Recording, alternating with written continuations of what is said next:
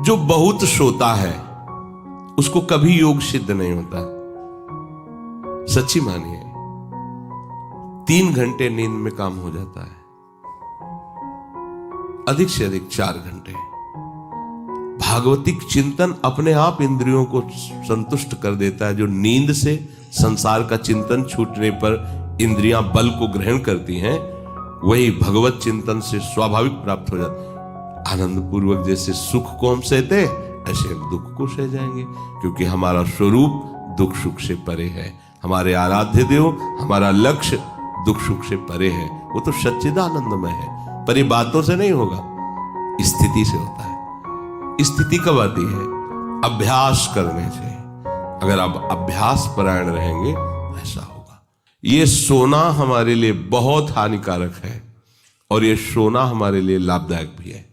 दोनों बात समझना। जिसका स्वभाव बन जाता है कि जहां बैठे वहीं सो गए, जहां बैठे, ऐसा हमने देखा है। बैठे 2-4 मिनट जहां एकाग्र, घोंटा बजने लगे।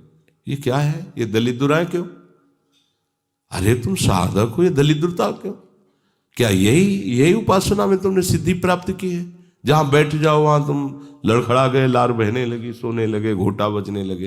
ये दलिद्रता है, ये तमोगुणी है। ऐसा नहीं।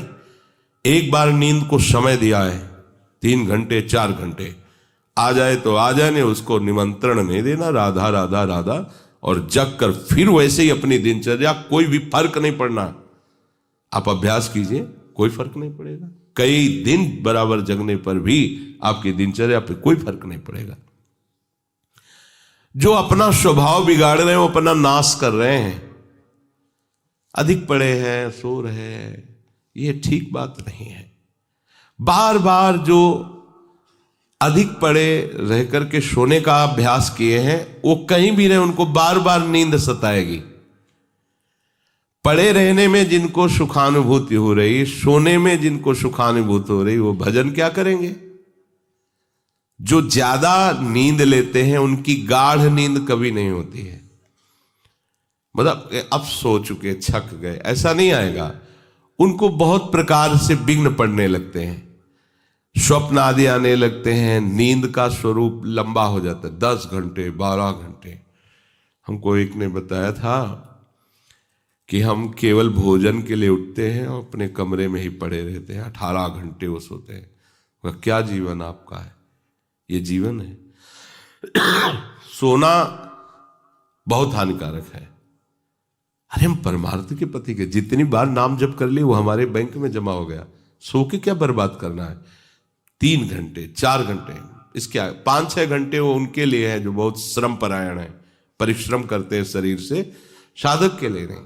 3 घंटे पर्याप्त है। आप अभ्यास करके तो देखिए, 3 घंटे में आपको बिल्कुल 24 घंटे के लिए तृप्ति मिल जाएगी। हाँ बिल्कुल ठीक है, अभ्यास कर लीजिए। दिन में लेटे रहने पर भी 1 मिनट नींद नहीं। अभ्यास कीजिए। अभ्यास अमृत है और अभ्यास ही मृत्यु है। आपने जैसा अभ्यास कर लिया, अमृत का अभ्यास किया तो अमृत है, और मृत्यु का अभ्यास किया तो मृत्यु है।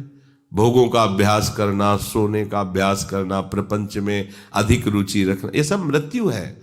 नामामृत, लीलामृत, रूपामृत, धामामृत, इसका अभ्यास करो, अमृत है ये। शरीर उसका बहुत सोने पर भी आलस्य से भरा रहेगा। आलस्य के कारण वो भजन में जे भी बैठेगा 2-4 मिनट में ही माला छूट जाएगा और नींद आ जाएगी। ऐसा दर्शन होता है। वो बहुत कोशिश करते हैं, बस ऐसे हो जाते। ये कैसे हो गया? तुम्हारा क्या अभ्यास है? ऐसे कैसे कोई हम पे ऐसे कैसे हावी हो सकता है? कोई हमारे ऊपर ऐसा कैसे शासन कर सकता है? चाहे नींद हो या काम हो या क्रोध हो, आप क्या हो आप समझो। आप भगवान के अंश हो और आप इतना अधीन होते चले जा रहे हैं शरीर के। सत्संग हो रहा है, आप मुंह बगाड़ के सो रहे हैं। कीर्तन हो रहा है, आपको झटके नींद के आ रहे। धिक्कार है आपको जीवन को। आप साधक हो, आप उपासक हो, ये क्या हो रहा है? जहां आपको संपूर्णतया सावधान होकर चैतन्य रहना है, वो आप सो रहे हो। कैसी आपकी दिनचर्या, कैसी आपकी साधना है? आप हो क्या? विचार करना चाहिए। डांटने की विषय नहीं है, कोई तुम्हें जगाए विषय नहीं है। भगवत कृपा से जीवन में कभी अलार्म नहीं बजाया, कि हमको इतने बजे उठना है, पता नहीं उठ पाए कि ना उठ पाए। अभ्यास योग युक्त चेतसा नान्यगामिना, ऐसी स्थिति हो कि हम उठ ना पाए तो बात अलग की है। नहीं, बख्शना नहीं इस शरीर को, अब भाई हमें चलो हम नहीं आ रहे, ऐसा नहीं। अगर सांस है, दम है, बिल्कुल इसको बख्शना नहीं। हम केवल आपको उपदेश नहीं कर रहे, बख्शना नहीं। शरीर के प्रति इतना प्यार नहीं दिखाना कि वो हमारे प्यारे से हमको दूर कर दे, ऐसा नहीं। ये जड़ वस्तु है, ये चैतन्य नहीं है।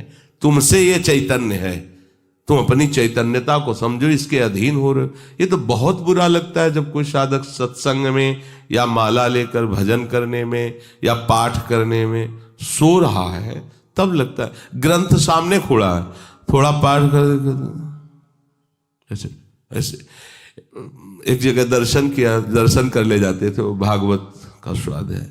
वो श्री जी के सामने भागवत पढ़ते पढ़ते नाक और माथा पूरी भागवत में रख दिया, और 2500 लोग आ जा रहे हैं ऐसे। तो उनको जैसे कहते हैं, पंडित जी श्री हरिवंश, हाँ हाँ श्री हरिवंश।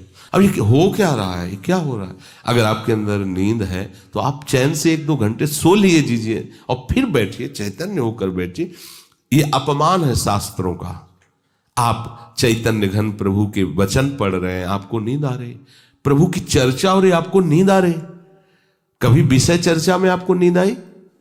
कभी फिल्म देखने में नींद आई? नौटंकी नाटक देखने में, रिश्ते नातेदारों से बात करने में, रिश्ते नातेदारों, आपका लड़का विदेश में रह रहा हो, उसकी कोई बात बता रहा हो, आपको नींद आएगी? नहीं आएगी।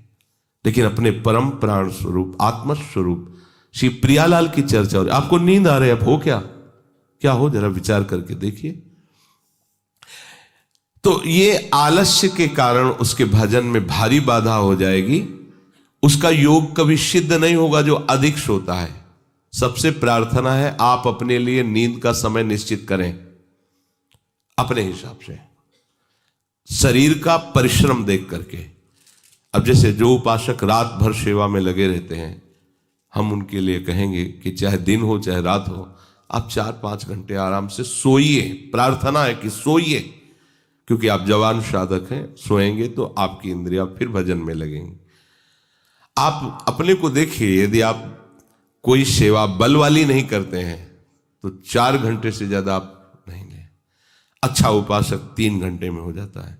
अब आप लोग देख लीजिए, अपनी एक दिनचर्या में नींद का समय आप निश्चित कीजिए, और जो निश्चित कीजिए उसे कम से कम 10 वर्ष तो निभाइए। यहां 2-4 दिन में दिनचर्या बदल जाती है, ऐसे नहीं होना। साधु का ऐसा नहीं होता।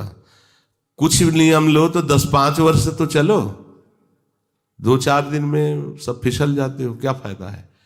एक नियम लो, हम इतने घंटे सोएंगे, हम छूट देते हैं आपको। आप अपने आप ने नियम लो कि हमारा इतने घंटे में हो जाएगा। उस घंटे को आप लिख लो अपने सामने कि मुझे इतने घंटे केवल सोने के लिए सत्संग में अनुमति है, क्योंकि हमने वहां इतना नियम लिया था। आप ले, बताने की जरूरत नहीं। आपके द्वारा लिया हुआ नियम फिर आपसे कभी नहीं टूटना चाहिए। स्वीकार करो आप अंदर से कि आप इतना सोएंगे, पर लिमिट हम बता देते हैं। शरीर अधिक श्रमित जो सेवा में होता है 5 घंटे, गृहस्थी है तो 6 घंटे, साधक है 4 घंटे। भजनानंदी को कहना ही नहीं पड़ेगा, 3 घंटे में हो जाता है। इसी के अंतर्गत आप चयन कर लीजिए। 6 से 7 में मत बढ़ना, क्योंकि सत्संगी हो, इतना भारी श्रम तुमसे नहीं होता।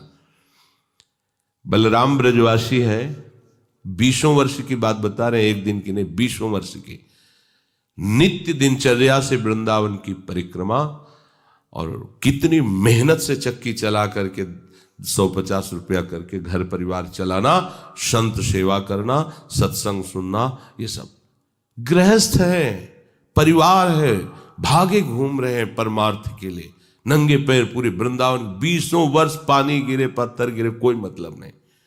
इतनी इतनी एड़ी फट गए एकदम। अब उनको क्या कहोगे? साधु नहीं कहोगे तो क्या कहोगे? ब्रजवासी हैं, रात दिन प्रभु का नाम स्मरण, सत्संग, परिक्रमा सब कर, और मेहनत उठा उठा के बोरा भर बेचना, उसमें कहीं 10, 20, 50 रुपया बचा लेना, परिवार का पोषण करना। आपके लिए तो कोई सेवा ऐसी नहीं मेहनत वाली, फिर आप इतना लंबा सफर कैसे सोच सकते हैं? वो गृहस्थ होते हुए 2-2:30 बजे जगते हैं, तब अपनी दिनचर्या पूरी करते हैं। हो सकता है रात्रि के 10-11 बज जाते हो, दिन में वो चौकी में रहते, कब सोते होंगे। और 20 वर्ष की दिनचर्या हम उसकी बता रहे हैं।